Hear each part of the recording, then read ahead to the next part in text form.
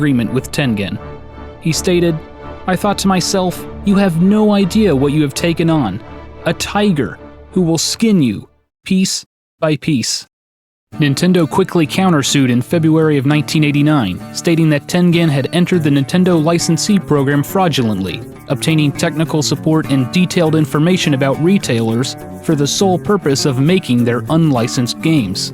They also sued for Tengen's sales of unauthorized and unsupported games on the NES, as well as patent infringement on their lockout security system. Later that year in November, they amended their suit, adding that Atari Games unlawfully obtained their copyrighted 10 NES program from the US Copyright Office.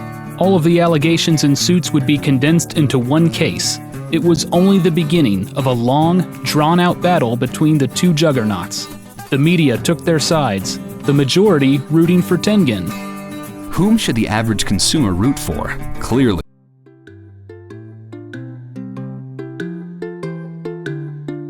Fraudulently, fraudulently, fraudulently.